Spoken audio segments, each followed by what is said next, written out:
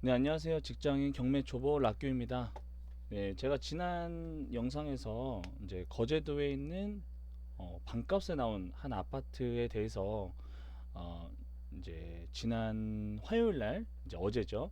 지난 화요일 날 이제 어떤 한 분이 낙찰을 해 가셨는데, 우리는 마음속에 모두가 한번 어떤 금액으로 쓰면 좋을지 또 마음속에 정한 그런 입찰가를 한 번씩 정하기로 했었고, 저 또한 그 금액을 정했었는데요. 먼저 그 물건을 다시 한번 살펴보면,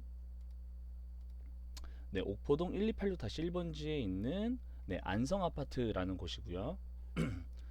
네, 최근에 부동산 거래로 봤을 때 한 6,500에서 7,000 사이에 거래됐던, 네, 아파트였습니다. 약 7,000 전후 정도였고, 네, 시내 쪽에 위치가 되어 있고 상업지구가 이렇게 있죠. 그래서 주거 지역에 있고 이렇게 아파트 단지에, 꽤 시내 쪽에 속해 있는 지역이었습니다. 네, 그래서 제가 지난 경매를 제가 입찰을 한다면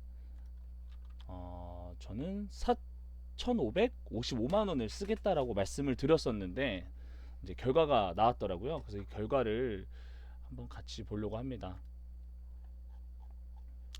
어제, 자, 통영, 그쵸? 낙찰된 거, 그 중에 아파트. 자, 이건데요. 자, 보시는 것처럼 총 11명이 입찰을 했습니다. 그래서 박땡땡님께서 4,599만 원, 그러니까 감정가의 63%, 4,599만 원에 낙찰을 해가셨고요. 차순위니까 2등은 4,500만 원이죠. 저는 4,555만 원, 44만 원 차이로 저는 안타깝게 폐차를 했는데, 혹시 이거를 보셨던 분들은 마음속에 썼던 금액과 얼마나 차이가 있는지 한번 생각을 해보시면 좋을 것 같고요.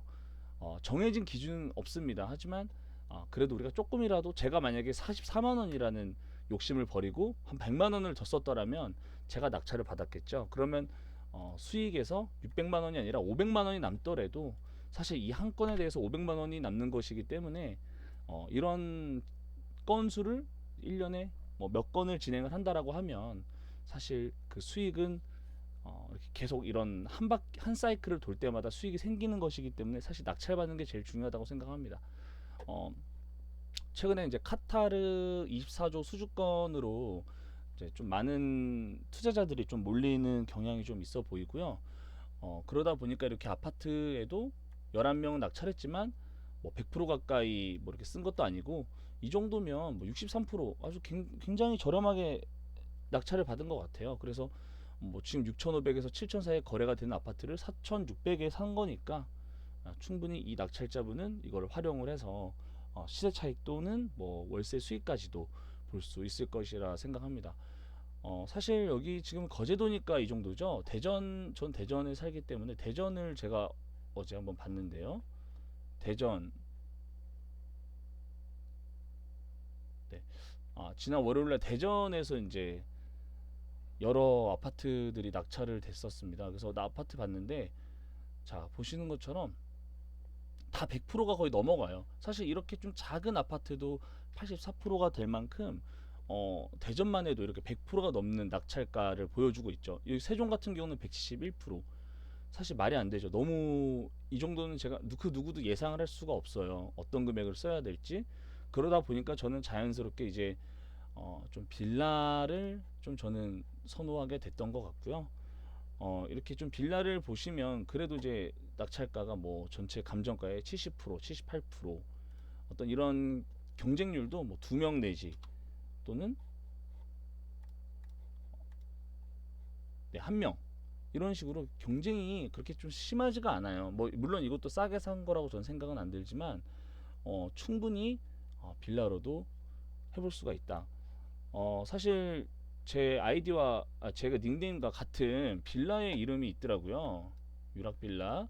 근데 이게 이렇게 저도 이걸 좀 지나가다 봤는데, 어떤 분께서 4,500에 낙찰을 받아서 봤더니만 5천만 원의 대항력 있는 임차인이 있더라고요. 왜냐면 전입신고가 2010년 10월 4일이고 말소기준 권리가 되는 가압류는 2017년 1월 11일인데 저는 이게 잘 이해가 안 가요. 왜냐면 감정가 5,900만 원짜리 집 5천만 원, 그럼 4,500, 총 9,500에 사야 하는 것과 마찬가지인데, 물론 배당을 좀 봐야겠죠. 배당을 보더라도 앞에서 한 3,500만 원을 먼저 가져간 이후에 5천만 원을 갚아야 되기 때문에 대략적으로 한 3천만 원 정도는 넘어올 거란 말이죠. 그래서 이 정도의 가치가 있나, 저는 잘 생각이 잘 안, 가치가 있는 것인가라고 저는 좀 의문이 들어서, 이건 아마 대금 미납이 될 것 같습니다. 이렇게 보시면은 한 4년 전에도 4,700에 거래가 됐던 내역이 있는 걸 봐서 이건 아마 대금 미납이 될 것 같은데, 제가 오늘 말하고자 하는 거는, 우리가 아파트 같은 경우는 경쟁이 굉장히 심하기 때문에, 어, 물론 다 피하라는 건 아니지만 그래도 정말 많은 고민을 하시고 어, 입찰에 응하시길 바란다는 마음을 좀 말씀을 드리고요. 저는 개인적으로 좀 이왕이면 좀 욕심은 조금 버리고 이 전 유찰된 금액을 좀 참고해서 이렇게 좀 한번 써본다면 그래도 근사치까지는 가지 않았을까. 저도 물론 떨어진 금액이지만 1등과 44만 원 차이였잖아요. 이 정도면 아마 굉장히 근사치까지 그래도 쫓아가지 않았나. 그래서 혹시 처음이라고 하시면 뭐 이렇게 빌라 위주로 좀 소액으로 경매 투자하시는 거를 전 좀 추천드리고 있고, 아파트는 경쟁이 너무 심하다 보니까 뭐 30명씩 이렇게 입찰을 하시더라고요. 그래서 이게 좀 확률이 너무 낮다면 확률이 확실한 물건을 찾아서 도전해 보시길 추천드립니다. 그리고 앞에서 말씀드렸던 것처럼 어, 대항력이 있는 물건에는 절대 초보라면은 손 대지 말았으면 좋겠고요.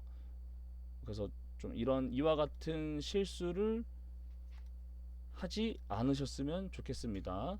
이렇게 대항력 있는 물건에 5천만 원이 있고 배당 순위 세 번째로 있어도 3,500을 제하더라도 약 2천만 원만 이 사람한테 간다면 나머지 3천만 원은 물어줘야 될 가능성이 있기 때문에 이런 부분도 네, 참고해서 입찰에 응하셨으면 좋겠습니다.